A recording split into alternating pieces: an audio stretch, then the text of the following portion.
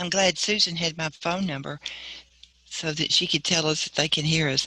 All right, y'all. This is like talking to a wall since we can't see you, but it is so good to be here again today. And we're going to talk about some timely topics to make learning personal. Now, I found this picture of a daily newspaper, and I know newspapers are not what everybody uses nowadays because we use a lot of TV and social media, but it still gets the point across that every day there's something new. And especially in personal finance, can't count on yesterday's stuff because it's going to change. Now, everything I say today may or may not be representative of the Federal Reserve System. That's just in case I say something dumb, stupid, or wrong. Don't call the Fed. Here is my email. You can email me and say, that was dumb, stupid, or wrong. Maybe you won't either. Okay, so wait. Sheila, if you need to interrupt me at some point to tell me about that people are hearing me, please do, because I'm a little paranoid here that I'm talking to me and you.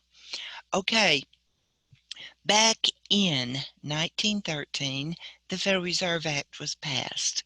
The Federal Reserve Act created the Federal Reserve System as we have today. It's the bank for banks and the bank for the government. Now, in 1914, the country was divided up into zones or districts, and you can see that each one has got a code. Like I am in Memphis right here, so you can see that the Memphis code is 8H. You can also see out here on the East Coast is where they started the numbering 1A, 2B, 3C, 4D, 5E, 6F, 7, 8, 9, 10, 11, 12. And one of the things that's interesting here is that, wow, look how big the 12th district is as compared to the 1st district. So since I don't know who you are on here, if you want to, I don't know if you can even talk. Can you respond? I don't guess they can, Sheila, because they've got hands raised. I am going to unmute some people and see if this will work. If Okay. I can. Okay. Yes, I'm going So, to allow to talk. Yes. okay. So the 12th district, look how big it is. And remember, this is the Central Bank of the United States, the bank for banks and the bank for the government. So way back in 1914, when this was done, this was the wild, wild west out here. And there was no need of having a bank for banks or a bank for the government like there was on the East Coast where most of the banking and business was. But the changing world of financial literacy is what I'd like for us to look at today. And if we go back a few years and think, what do you expect it to be tomorrow? It's all a big question mark. A year ago, we were in Chattanooga at this conference, and I got a message, Sheila, that says that we are in the chat room. Yes, I see people. Oh, I'm going through and unmuting everybody. You're fine, Jeanette. I'm working it out. I can see okay. people now. Mm-hmm. Okay. So a year ago, we were in Chattanooga, and it was hot, and Sheila and I presented together one afternoon, and we had people that we could hug and pat on the back. This year, who would have thought we're dealing with, can we see you? Can we hear you? Through a Zoom meeting. So things change. But one thing that the Federal Reserve Bank of St. Louis is ahead on is resources. No matter no matter no matter what, no matter what, we have resources, whether we're in Chattanooga hugging each other or on Zoom wondering whose dog is in the room. We have the resources. And that's St. Louis Fed.org is the way. Y'all, we can't laugh. This is serious now. St. Louis Fed.org. That's where you go. Click on economic education, and then over here where this homepage is, click there. And there's going to be another page that comes up, and it's right here where it says search. If you know what you're looking for, you can sort by grade level, by concept, by all kinds of things, and it's just going to be a whole list of 400 kind of things that can be seen there. Most of those are, or not most of them, a lot of them are PDF lessons where you'd have to print them off and give copies. Now, the other thing I want you to look at here is this teacher portal. If you click there, and you're going to sign up for a free account. Now, for you who have access to online classes, this is what you want to do, because you don't want to do all this copying all the time.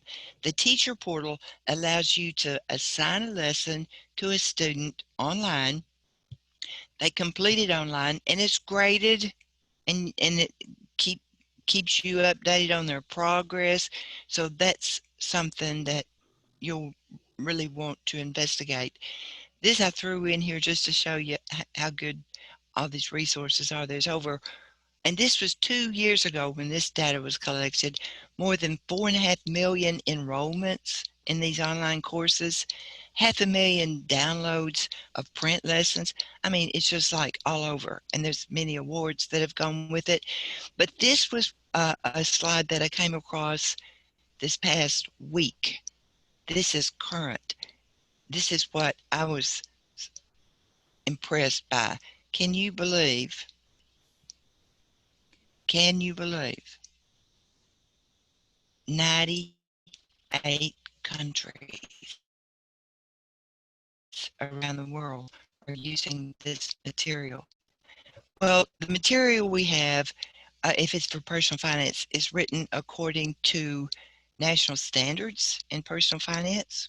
And it's going to be on income or credit or saving or buying goods and services. They have 6. But we added a 7th standard, which is decision making, because at the very basis or the foundation of how you earn your income, or how you spend your money, how you save your money, or if you buy insurance, all these require decisions. So we kind of thought, decision making and thinking about things was probably the basis of everything. So we uh, try to look at that. Now, a few years ago, we started this new approach to keep current on timely topics. 4 times a year, we would analyze, hey, what's a hot topic? What's out there now? What would be interesting to find out more about? Well, we did things like payday loans. By the way, we have a whole session tomorrow on payday, fast cash and payday loans. We did one on credit bureaus, advertise, things that would be timely. So I'm going to skip the fast cash and payday loans, except to show you that this chart, Tennessee people who use payday loans probably are not aware that they're paying the equivalent of 460% interest rate. Can you believe that? Well, payday lenders work like they don't charge interest to start with, they charge fees. And then the average amount of fees is translated over into what it would be in interest. Well, the average fee for a payday loan is $15 for every $100 borrowed. So, and the average payday loan is for $300. And it's called a payday loan because it comes due at the end of ever how often you get paid. The average there is 2 weeks. So let's say you get paid every 2 weeks. You're short of money. You need to borrow $300. It's fast cash. Go down there, give them your social security number, a pay stub, and proof that you're 18. You may get the money that very day. Okay, so you walk out and everything's fine. But 2 weeks later, it comes due. Now you had to pay them $15 for every 100 you borrowed.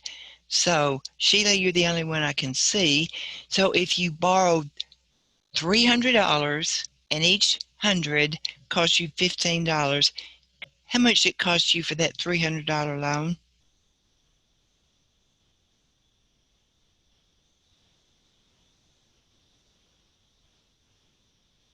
Did you hear, Sheila?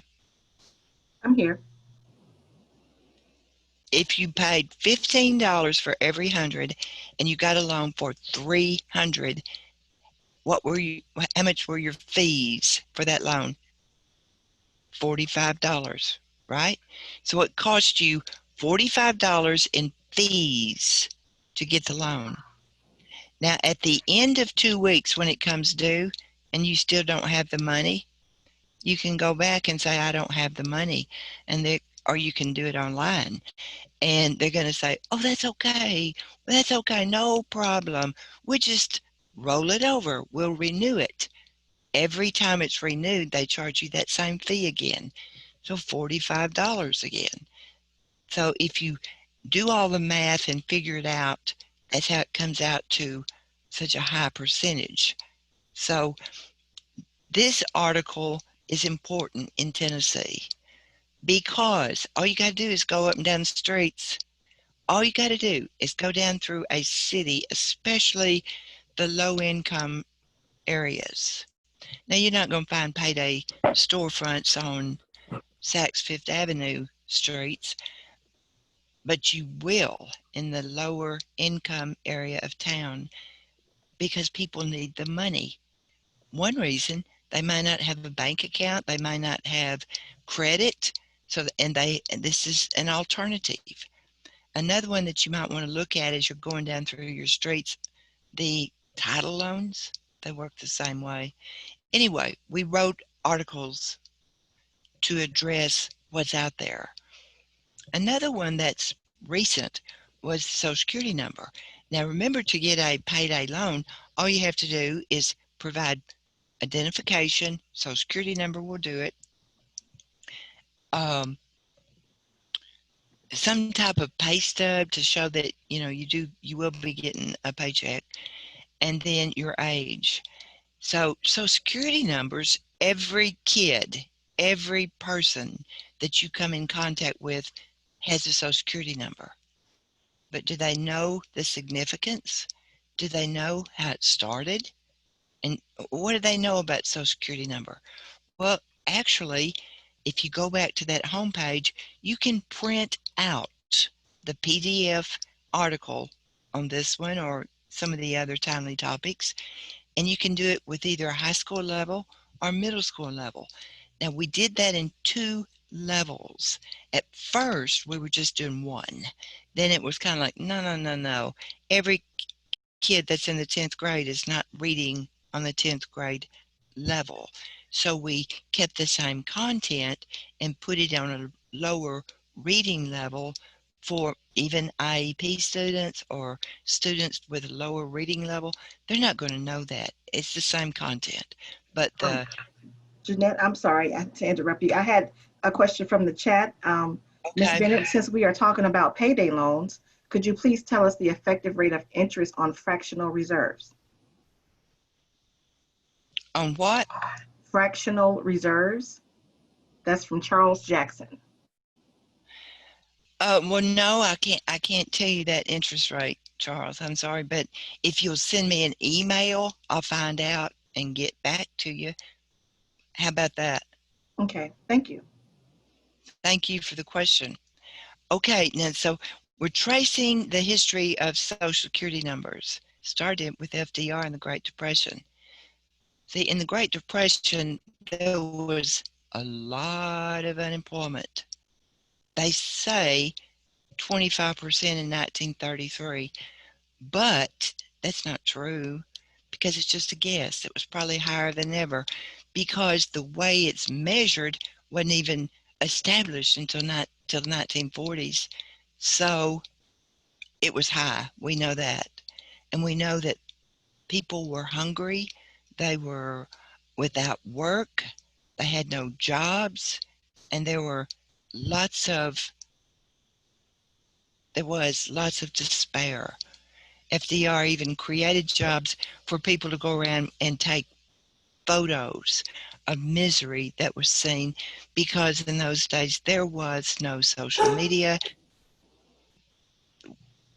There was Correct. no TV. People didn't have any way of realizing how bad it was. So there were jobs created for photographers in his New Deal program. So let's look at what happened in Tennessee. I just pulled this last night. Now, see, if you look at the unemployment rate in the Great Depression, you see that immediate spike when the economy crashed. Well, look at this. Our economy didn't crash, it was shut down. I mean, there was nothing wrong with the economy. You can see how the unemployment rate down here was low, way low, lowest in history probably for Tennessee. Then all at once, the coronavirus put us spiked us like that. So even though it's a different circumstance and a different time, there's still the problems with unemployment.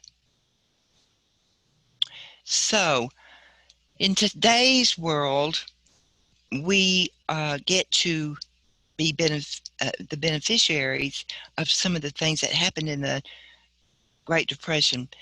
FDR saw all that misery, desperation, and he said, we're going to change things. The New Deal is going to be a plan so that people in their elder years don't have to starve and be like this. So he signed the Social Security Act of 1935. And the main purpose was to, for the future, depending on your earnings, you would be able to draw a check when you retired. And then they said, well, how are we going to keep up with people's earnings? Because if Sheila makes X number of dollars during her work years, then her Social Security check will be based on her earnings. But there had to be records kept. So they came up with a plan to have a Social Security number. And that's what it was for, to keep up with earnings. Now, the Social Security law said, well, we're going to hold out some of your check, and then the employer is going to match it so that there's going to be this Social Security for you to draw from. And that's called the FICA on your paycheck. Many of us teach personal finance, and we talk about your check is going to have these deductions, one of them being FICA tax. What is a FICA tax? It's Social Security tax and Medicare tax. That is by law required. Now, see, here's a sample check stub, and you can see Social Security was withheld and Medicare. And by the way, the Medicare tax was not added until the 1960s, but it still is kind of hooked on to the Social Security Act. So these are by law that we pay them in because FDR said we don't want these poverty-stricken, destitute situations to happen to our elderly people. Now, when the Social Security number was first set up, and all of us in this room were born or applied for our Social Security number before 2011, because I think even though we can't see you, I am very confident that all of us are older than 9 years old. So all of us, wherever we applied for our Social Security number, the first 3 digits is going to tell you the area. So somebody want to volunteer? Can they talk, Sheila? Um, I'll see, yes, if they can talk in the chat, but do you want them to talk live? Can somebody talk live and say what the first three numbers of their social security numbers? I've got Two hands people, raised. yes. Um, oh goodness, I don't I've see got who they are. hands are raised, but the system's not working, I guess. Yeah, Can you hear this me? is, yes, I can yes, hear you. yay, go ahead. Okay. Normally the host is supposed to unmute us, but I was able to unmute myself. So this is Stephen, and my social security is 413. So you were born, you applied for it in Tennessee, didn't you? Correct. See, I can tell that you applied for it in Tennessee by those first three numbers. Who else has got a number, the first three digits to share? This is Ariana, and mine is 427. You were born in Mississippi. I mean, not born. You applied for it in Mississippi. Am I correct? That's correct. Isn't that interesting? So there was a code when they were first sent out, but then after a while, there were so many, so many divvied out for each state. And by the way, there's a source at the bottom.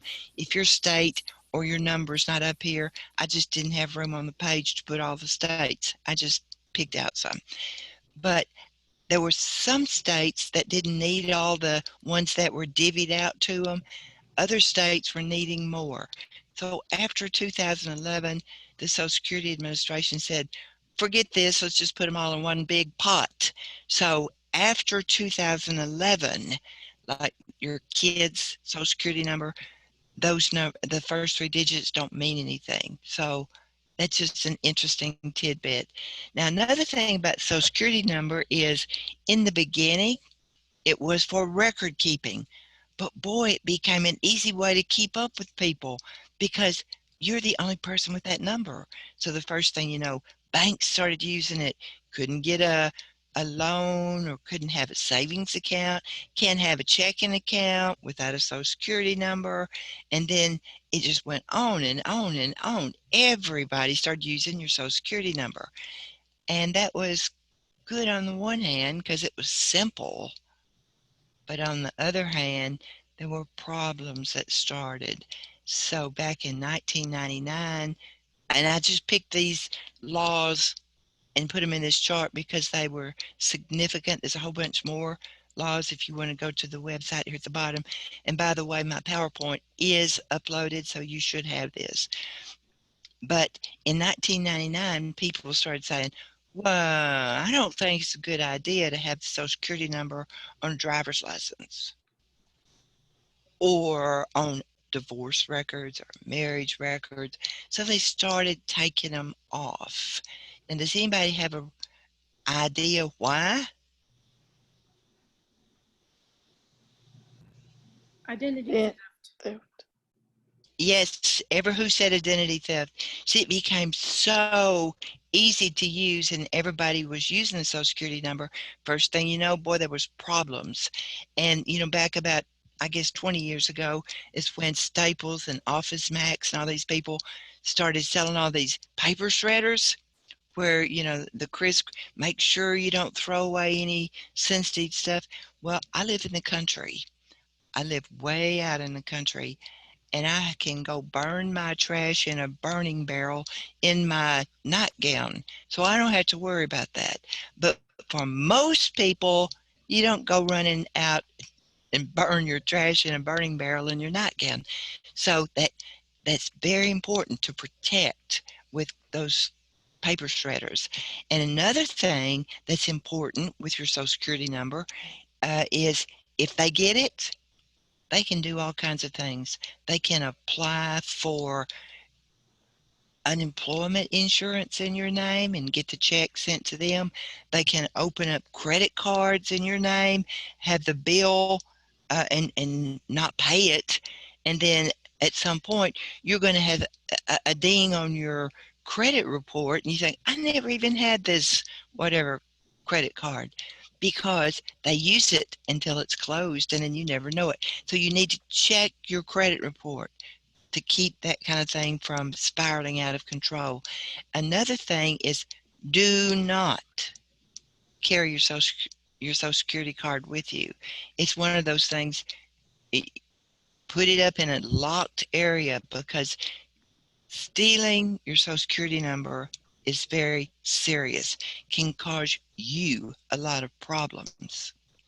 Okay, so moving on to another article that was written. You remember when the new credit cards came out with that smart chip thing in it? Well, this was a few years ago that this article was written as a timely topic, because everybody was confused about how come I'm getting a new credit card and it's got this microchip thing in there. So we did a timely topic on that. And one of the things that was interesting is that the skimmers at gas pumps, because gas pumps were the last group to be required to have that credit card, the microchip credit card. They were one of the last groups that it applied to. So these smart criminals could get out there and put this skimmer in the gas pump, and you'd never even know it. You had to be careful to watch the seal on the side of the pump. Okay, so then another timely topic that might be of interest is about income tax. This came about because I was told by teachers, and I couldn't believe it, but they said when they asked their class what taxes were and what an income tax was, that the kids said, oh, income tax is money that the government owes you. And I'm going, how would they think that? That's opposite. We think about it. Anybody have any idea why they would think that? The kids in your class.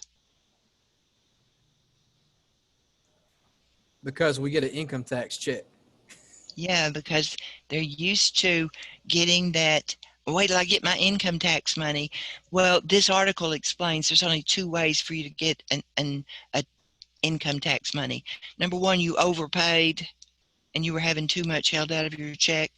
Or number two, that you received earned income credit, which is an entitlement program, just like food stamps or the SNAP program. It is a very large low-income group program. It is not money the government owes you. It is a special credit given for low income. And if you're making a teacher's salary, you're not going to the criteria is going to put you making way too much. But if you were out here working a little bit at a minimum wage job, you might just get money back that you didn't even pay in. So it's all explained in that article. So the income tax started in it was passed during Woodrow Wilson's time. He passed the Federal Reserve Act. He was also the one to pass about collecting income tax. But if we're interested in, well, it hadn't always been the way it is now. It's subject to change every day. You can go to Google and put in first income tax form, and this comes up. The first income tax form from the year 1916. And it's just interesting to compare then and now. And did you also know that every time we have a new president, it's subject to change? So I had just done that article on income tax, facts and filings, and then Trump comes in and puts in this new tax cut for 2017. Would you believe I had to do the whole thing over again? I had to do the whole thing over again because the tax tables were different. There was double standard deduction. Everything was changed because of the tax cuts that Trump put in 2017. So if another president comes in and says, oh, we're going to raise taxes, guess what? You won't be paying 10% on that chart. You might be paying 18% or 20% or whatever. Each administration brings new changes. So even though change is inevitable, One thing that stays the same is that the main part of the federal budget, look at this. This was from the year 2015. It wouldn't matter which year I pulled. The individual income tax makes up most of the budget, most of the money. And most of that money is coming from your high income earners. Okay, moving right along because I think I've got about 5 minutes left. Credit bureaus, we teach a lot about that. And in our everyday classes, we talk about credit scores and different things in the Equifax and Experian and TransUnion. But how much do we know about credit unions? This is interesting. I mean, stuff we never thought about before. Who are these people, the credit bureaus, that get all my stuff? I didn't give them permission to do that. Well, yeah, I kind of did. Because if I got a loan, if I owe people, like at the bank, they're going to turn my stuff over to the credit bureaus without me even thinking about it. Because, see, you remember 2 or 3 years ago when Equifax had all that big compromise where, I don't know, 2 million people's stuff was compromised because they let it get out? And that kind of made me mad because I thought I didn't give them permission in the first place to have all my stuff. But as it turned out, when I researched it, yeah, I did. I had given them permission without even knowing it. Because, see, these credit bureaus, they're a business. You know, like there's lemonade stands to make money and there's car washes to make money. The credit bureaus are there to make money. You know what they do? They're just like a lemonade stand. They get the stuff, they get the reports from all the businesses, and then they collect it and sell it back to them. It's not a law. There's no law that says credit bureaus have to do this. They did it because they want to make money. And look on this page, they make $4 billion. And it's just a business. And they're going to say, let's collect all these people's records of how their credit is. And then when First National Bank wants to give you a loan for a car, they're going to check with the credit bureau and say, give me their record so I can see if they're good or not. So see how it works? They saw a niche for money making, and that's what they are. And they make updates all the time from all different sources. And you've heard a lot about your credit score, how important it is. Now, your payment history is the most important thing, but I bet you didn't know that the most of your credit score is spending on your credit cards. Not your car payment, not your house payment, but look at your general credit cards. You know, your Visa, your Master, your Citi, your Discover. This is where most of the information comes to affect your credit score.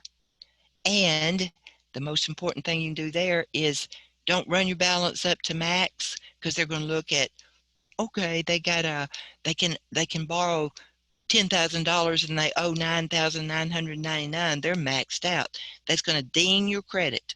Another thing is that you're late paying. Okay, so we got to move on, but you know that credit score is very important. I see I've got 5 minutes. The low credit score, you're not going to be able to get a car loan with a good interest rate. They're going to charge you more.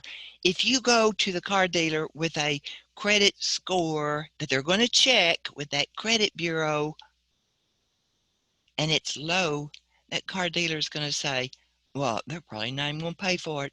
They'll probably be repoed. So let's charge them a really, really high interest rate. And you know what? People pay it because they need that car.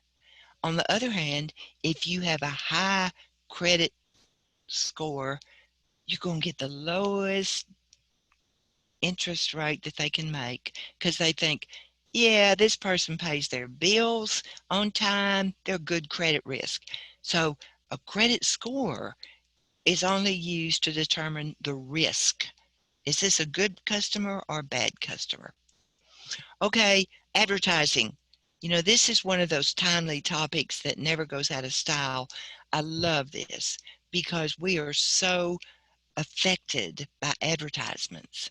You know, we buy things based on the color of the box or how many times you've seen it on TV.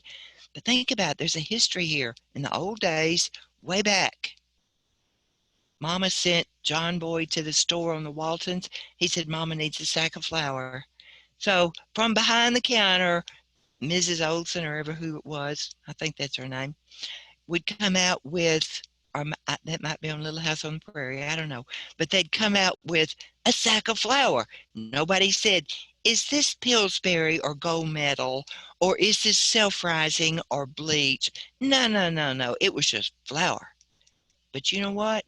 That changed when the first self-service grocery store went into place, because when people could go up and down the aisles selecting what kind of flour, pretty soon they found out there was like 25 brands and 25 kinds, and so advertising became big.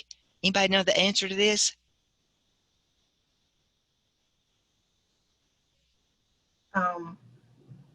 Is it, here are the responses in the chat, Jeanette. Is it Piggly Wiggly, Big Bear, It is. A&P? It is.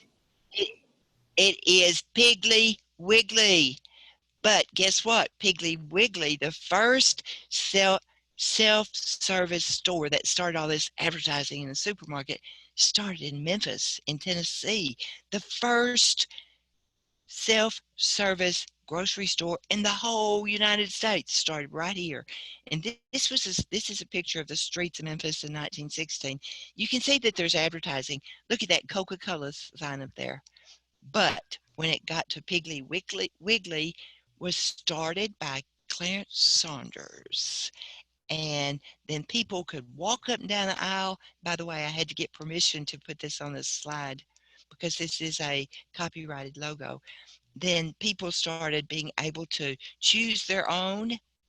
And then, of course, supermarkets changed over the years. The jobs changed. You remember when there was cashiers up there with those old kind of cashiers going 1, 2, 3, bringing the handle down and adding it up. And now all you go is like whoop, whoop, whoop, and the scanner does it all. Wow, technology's changed so much about everything. Now, why do you suppose, you know, this, you've seen this a million times. Why do you suppose it looks like this? Why did they say this on there? Because subliminally, if I can say the word, subliminally, we believe this stuff.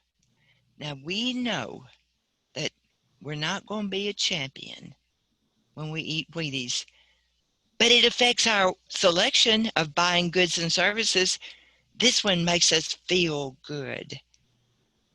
Also, that color yellow is the #1 color for influencing your choices. Look at McDonald's sign next time you see that bright yellow. It's because it's affecting your choices. Look at this bright yellow. And who was this package designed for? Why didn't they just put a box that was plain old white butcher paper and write on there Frosted Flakes? Why? Because they're trying to influence your spending.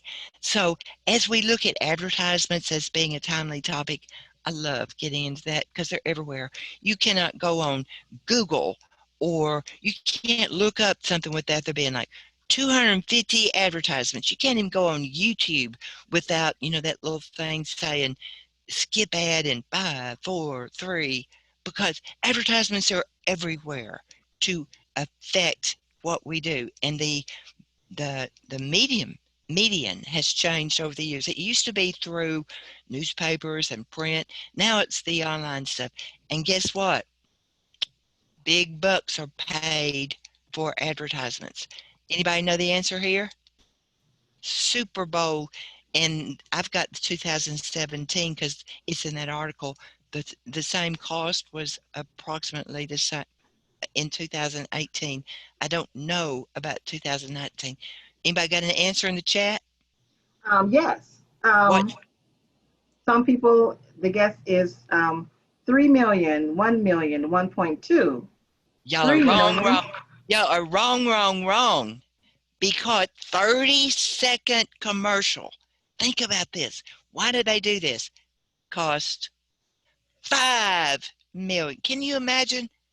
So when that Super Bowl is on, why are they doing that? Because they know they're going to reach the greatest number of people. Isn't this interesting? I get excited, and I've known this ever since I wrote it up, but I still get excited. And then we probably don't have time, but I think we have time. They're enjoying this session. They really are from the chat.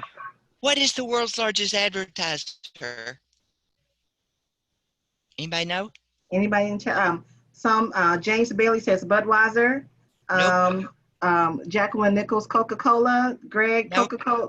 Nope. Gregory says Facebook.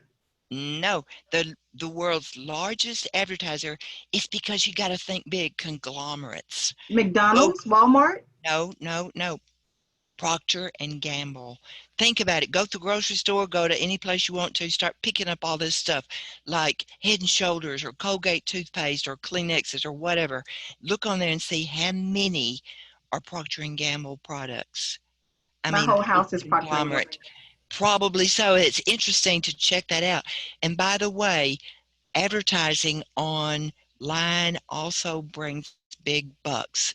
I heard this morning, as we've been in this crisis of unemployment, when many businesses are hurting and they don't have jobs and people are having to get unemployment checks that we get today that was only available because of the Great Depression laws, the Social Security Act. Do you know, I heard this morning that there's one man that I think it was 13 billion in one day yesterday.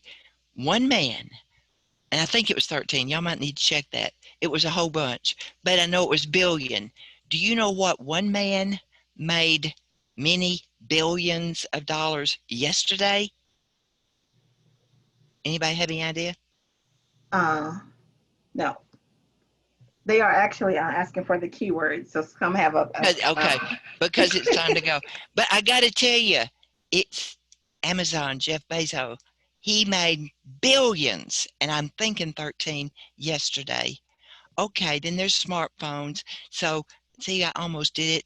I almost made my time right. The session word is special, and y'all are very special for putting up with we can't see you. We don't know what we did wrong, but I had a good time, and I hope you did too. They did. Anything that I can do to help you and your schools to do another Zoom meeting with your staff or anything, email me. I put my email in that chat, so I'll be happy to. And Sheila, thank you for guiding us through. Not a problem. Thank you so much. Thank you for attending the session. We know you have things to do and places to go in other sessions, but thanks for hanging out with us. We really appreciate it. And if you want to see the session, make sure you go to the files for this session, and the session information is there. Thank you so much for your participation, your patience, and your involvement. Thank you so much. We really appreciate you. Have a good day. And remember, timely topics is exciting. Yeah. Bye. Bye, y'all. See you. Thank you, Stephen. Thank y'all. Are you the only one we can hear most of the time? That must mean you're the one with a dog. Is that right? No, it wasn't Stephen. It was someone else. I'm not gonna call their name, but it wasn't Stephen. I don't have a dog in here. I'm at the training center. Okay, somebody else's dog.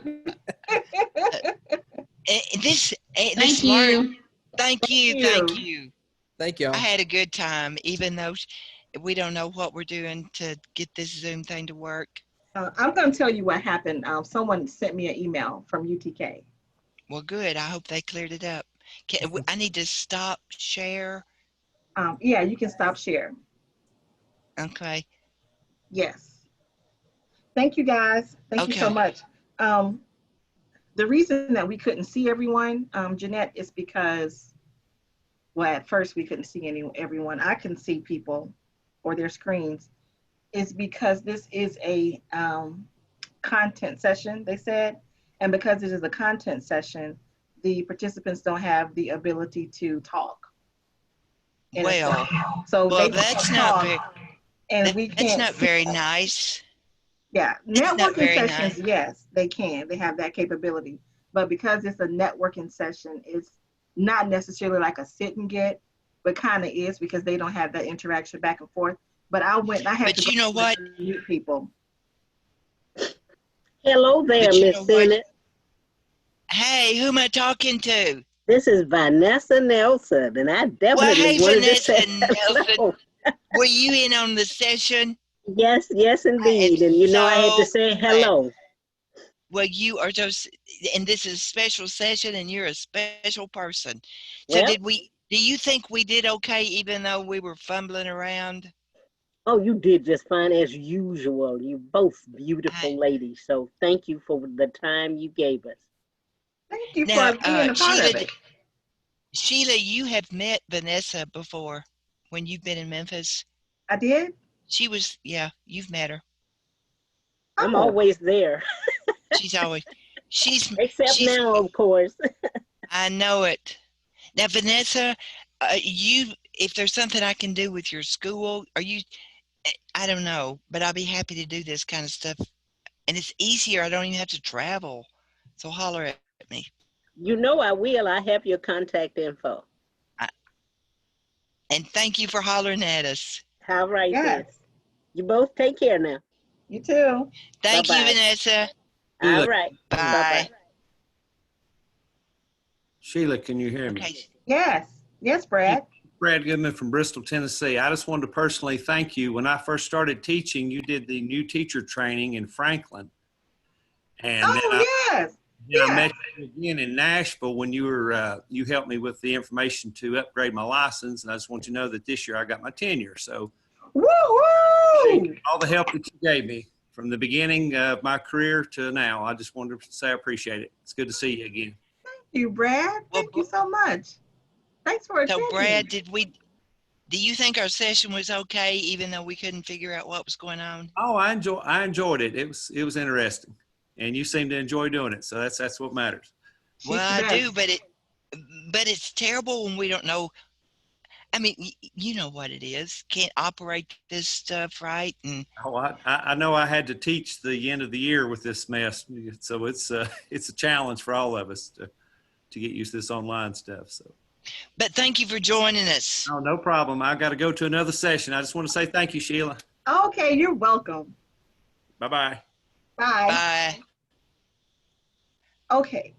Everyone loved it, Jeanette. In the comments, they loved it. They absolutely loved your session. We need like an hour and like 2 hours for this one next time. I don't It think could we do be. 2-hour sessions though. But, if we wasted about 5 minutes there at the front. Mhm. So, I could have finished those 4 or 5 slides I didn't get to. That's okay. Yeah. They But, loved it. but They do. Some of the comments is before everyone wanted the keyword.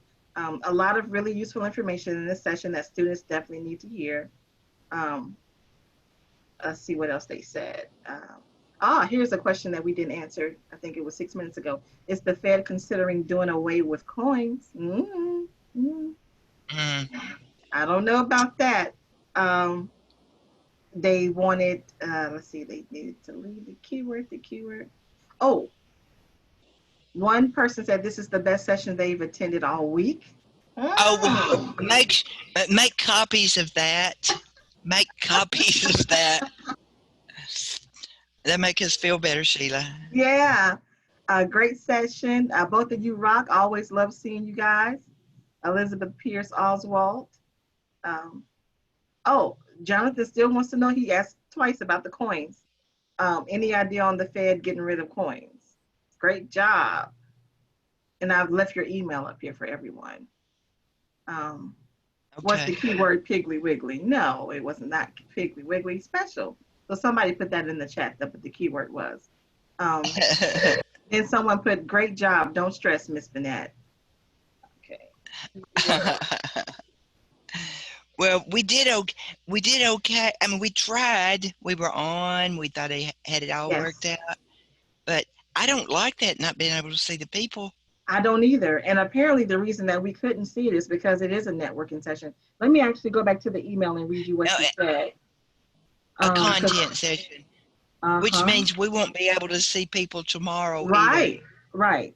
Let's see. She says, this is a content session which is only to share the presenter and co-presenter. Attendees are not set to have speaking capabilities in a content session, only in networking sessions. I didn't know that. I had no idea. So tomorrow, if we can't see anyone, we're not going to stress about it. We're just going to have them respond in the chat if they can see it or not. Mm-hmm. But you know what? It's kind of nice, just like today when, Stephen spoke up and said whatever, and somebody spoke up and said Piggly Wiggly and all that. It makes it so much nicer. It does. It does. But I Thank think you, we did Sheila. good. What time are we on tomorrow? It's in the morning, isn't it? It is in the morning. Tomorrow morning, it is, let's see, it's on my calendar. Tomorrow morning, it's going to be at 8:30. 8:30 to 9:15? You know what? I have on my calendar 9 o'clock, but I think they went back and changed the time. Let's see. Well, at first tomorrow, I think tomorrow's at first was going to be a networking, and they changed it to content. Right, they did that, but I thought they had that fixed. We're on at 8:30 in the morning. Fast cash and payday loans, is that it? 8:30 to 9:15. Okay, Sheila, I'll see you by 10 after 8 then. Yes, I will be here. You did a good job. That's some information. I'm going to download that presentation myself because I didn't even know that. Well, you need to go to that teacher portal, sign up for an account, and then you can do all this online stuff. Okay. Yeah. Yes. All right, Sheila. We had 135 participants, just to let you know. 135. Good group. All right. See you tomorrow. Bye. Bye.